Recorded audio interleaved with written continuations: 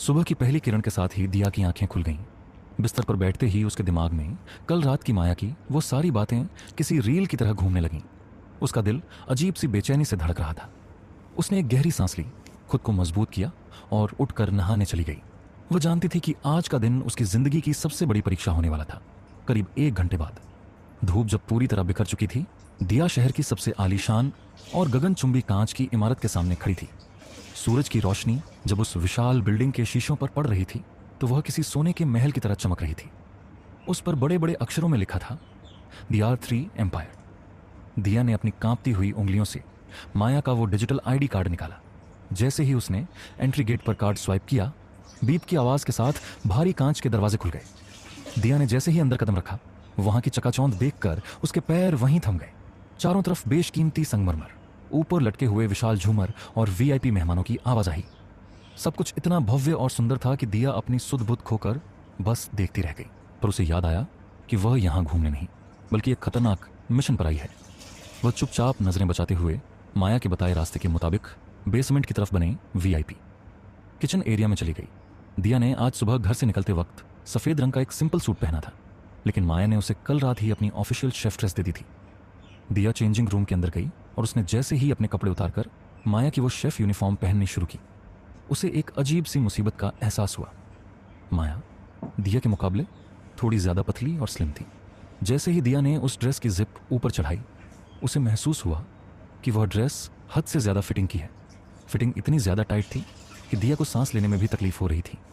उसकी बॉडी के कर्व्स उस यूनिफॉर्म में साफ उभर रहे थे। पर कोई और रास्ता न देखकर उसने किसी तरह खुद को संभाला। चेहरे पर वो एंटी बैक्टीरियल मास्क लगाया, सिर पर शेफ कैप पहनी और ऊपर से एप्रन बांधकर सीधे मेन किचन काउंटर पर आ गई। उसने गहरी सांस ली और आज की स्पेशल डिश की तैयारी करने लगी।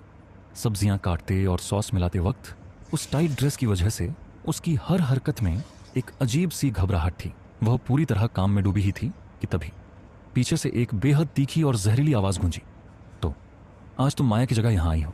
यह आवाज सुनते ही दिया के हाथ से चम्मच छूटते छूटते बचा। उसका पूरा बदन खौफ से ठंडा पड़ गया। दिया ने बहुत धीरे से डरते हुए पीछे पलट कर देखा। सामने एक लड़की खड़ी थी जिसकी आंखों में साफ तौर पर नफरत और जलन की चिंगारी सुलग रही थी। उसके गले के आई कार्ड पर नाम लिखा था, प्रिया। प्रिया जो इस होटल की असिस्टेंट शेफ थी और माया से बेइंतहा जलती थी। दरअसल प्रिया इस VIP हेड शेफ की पोस्ट पर अपनी सगी बहन को लगवाना चाहती थी, लेकिन माया ने अपने हुनर के दम पर वो जॉब प्रिया की बहन के हाथ से छीन ली थी। तब से प्रिया हर वक्त इसी ताक में रहती थी कि कब माया कोई छोटी सी गलती करे और वो उसे नौकरी से लात मरवा सके। प्रिया ने अपनी बाहें सिकोड़ी और उसकी नजरें सीधे दिया के चेहरे पर लगे मास्क और उसकी आंखों पर टिक गईं। वह धीरे धीरे चलकर दिया कि बिल्कुल करीब आई। उसके चेहरे पर एक कुटिल शातिर मुस्कान थी। प्रिया की तीखी नजरें जब दिया के चेहरे पर टिकी थीं, तो दिया का दिल सीने के अंदर किसी पिंजरे में बंद पंछी की तरह फड़फड़ा रहा था। अपनी उस हद से ज्यादा टाइट फिटिंग वाली ड्रेस में वह पहले ही असहज थी और अब प्रिया के इस सीधे सवाल ने उसकी सांसें ही अटका दी थीं। दिया ने अपनी घबराहट को छुपाने की नाकाम कोशिश करते हुए बेहद धीमी और डरती हुई आवाज में कहा, हाँ पर यहां तो ये बात आम है ना। प्रिया ने अपनी बाहें खोली। उसकी तीखी आंखों में अचानक एक फीकी सी मुस्कान आई और वह थोड़े ठंडे लहजे में बोली, हाँ ये बात यहाँ आम तो है, ज़रूरत तो खैर यहाँ सबको ही पड़ती है। दिया को लगा कि अब झूठ बोलने या चालाकी करने से बात और बिगड़ सकती है। उसने अपनी हिरनी जैसी मासूम आंखें उठाईं और बेहद सादगी से बिना किसी लाग लपेट के सीधे सच बोल दिया। उसने कहा, हेलो प्रिया, मैं दिया हूँ। माया को आज किसी बहुत ज़रूरी काम के सिलसिले में बाहर जाना था, इसलिए उसे आज के लिए मेरी ज़रूरत थी। और मैं वैसे भी आजकल घर पर खाली ही बैठी थी, मेरी नौकरी चली गई है ना, तो बस इसीलिए मैं मना नहीं कर पाई और यहाँ आ गई। दिया का यह बिना किसी चालाकी वाला बेहद मासूमियत और ईमानदारी से भरा जवाब सीधा प्रिया के दिल पर जाकर लगा। कॉर्पोरेट की इस झूठी और पॉलिटिक्स से भरी दुनिया में प्रिया ने आज तक ऐसा साफ दिल इंसान नहीं देखा था। जो प्रिया अब तक जहर उगलने के मूड में थी, उसकी आंखों की नफरत पल भर में गायब हो गई। उसके चेहरे पर एक सच्ची और नरम मुस्कान उभर आई। वह बड़े ही दोस्ताना लहजे में बोली, चलो कोई बात नहीं यार, नौकरी का क्या है, वो तो आती जाती रहती है। वैसे अगर आगे चलकर हमारे इस विंग में या कहीं और कोई वैकेंसी हुई ना, तो मैं खुद बात करके तुम्हें यहाँ जॉब पर लगवा दूंगी। प्रिया के मुंह से इतनी बड़ी और हमदर्दी भरी बात सुनकर दिया की आंखें खुशी से चमक उठीं। उसे यकीन नहीं हो रहा था कि जिसे वह अपनी आफत समझ रही थी वह इतनी अच्छी निकलेगी। दिया ने मास्क के पीछे से ही एक बेहद प्यारी मुस्कान के साथ कहा, सचमुच? सचमुच प्रिया? प्रिया ने भी उसकी खुशी देखकर हंसते हुए कहा, हाँ हाँ बाबा, बिल्कुल सच। अब चलो, ज़्यादा मत सोचो और जल्दी से अपनी डिश बनाना शुरू करो। याद रखना, सुबह के ठीक 9 बजे से पहले ये हर हाल में रेडी हो जानी चाहिए। दिया ने पूरी राहत के साथ हाँ में अपना सिर हिला दिया।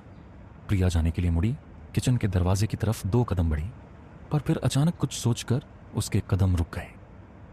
वह वापस पलटी। उसकी नज़रों में अब दिया के लिए एक बड़ी फिक्र थी। वह दिया के थोड़े और करीब आई और आवाज़ को धीमा करते हुए बोली, एक बात का खास ध्यान रखना दिया, यहाँ किसी की भी नज़र में मत आना, सिर्फ और सिर्फ अपने काम पर ध्यान रखना, और यहाँ किसी से भी ज़्यादा बात करने की बिल्कुल ज़रूरत नहीं है, ओके? प्रिया का इशारा इस होटल के उन खौफनाक और सख्त मालिकों की तरफ था जिनके गुस्से से पूरा साम्राज्य कांपता था। दिया ने उसकी चेतावनी को समझा और दोबारा सहमति में सिर हिला दिया। प्रिया वहां से चली गई। अब किचन में दिया अकेली थी। घड़ी की सुइयां टिक टिक करके 9 बजे की तरफ बढ़ रही थीं।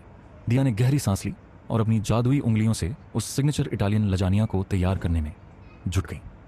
सॉस की लाजवाब खुशबू अब धीरे धीरे पूरी रसोई में महकने लगी थी। ठीक 9 बजने ही वाले थे कि तभी किचन के बाहर कॉरिडोर में भारी और रोबीले जूतों की आहट गूंज उठी। कोई बहुत ही रसूखदार और कड़क इंसान किचन की तरफ बढ़ रहा था। घड़ी की सुइयों ने जैसे ही 9 बजाए, दिया ने चूल्हा बंद कर दिया। काउंटर पर सजा हुआ सिग्नेचर इटालियन लजानिया अपनी पूरी रंगत और बेमिसाल खुशबू के साथ तैयार था। दिया के माथे पर पसीने की बूंदें थीं, लेकिन एक जंग जीत लेने का सुकून भी था। उसने एक गहरी सांस ली, अपनी सूखी जांघों को भींचते हुए काउंटर से पानी का एक कांच का ग्लास उठाया और राहत की सांस लेते हुए पानी पीने लगी। तभी किचन का भारी दरवाजा एक झटके से खुला। एक लंबा रसूखदार आदमी अंदर दाखिल हुआ। उसके कोट पर सुनहरे अक्षरों में बैज लगा था, रोमी, किचन मैनेजमेंट।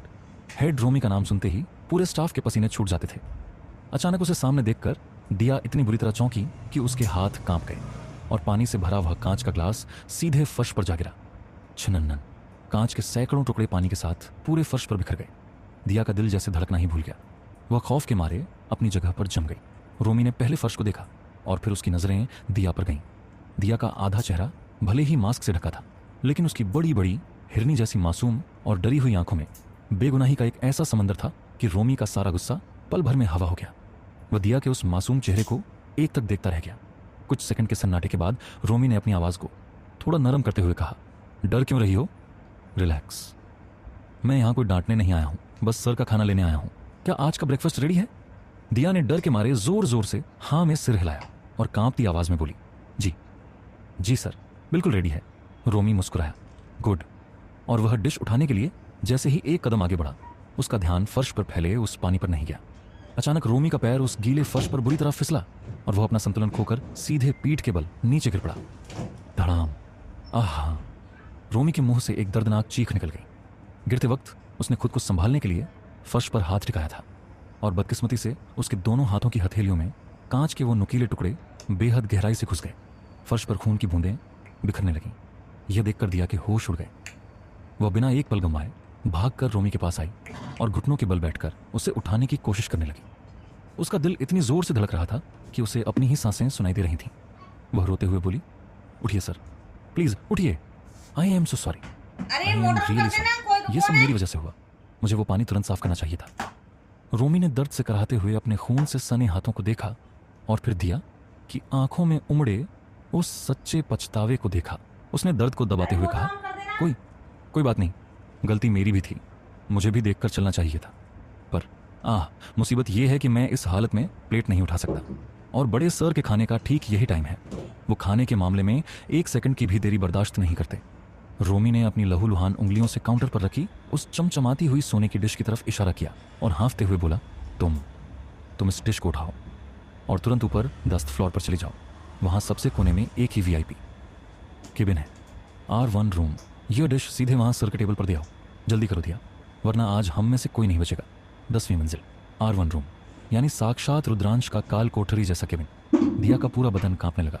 उसकी वह टाइट फिटिंग ड्रेस इस वक्त उसके डर को और बढ़ा रही थी, लेकिन रोमी की हालत और नौकरी जाने के डर से उसके पास कोई और रास्ता नहीं था। उसने कांपते हाथों से उस भारी आलीशान डिश की ट्रे को उठाया।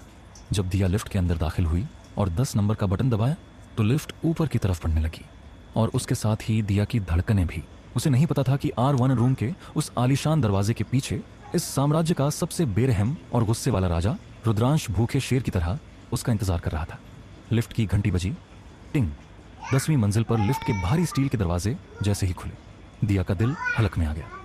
पूरा कॉरिडोर शीशे और काले संगमरमर से चमक रहा था, लेकिन वहां सन्नाटा इतना गहरा था कि दिया की अपनी सांसों की आवाज भी गूंज रही थी। कॉरिडोर एकदम खाली था।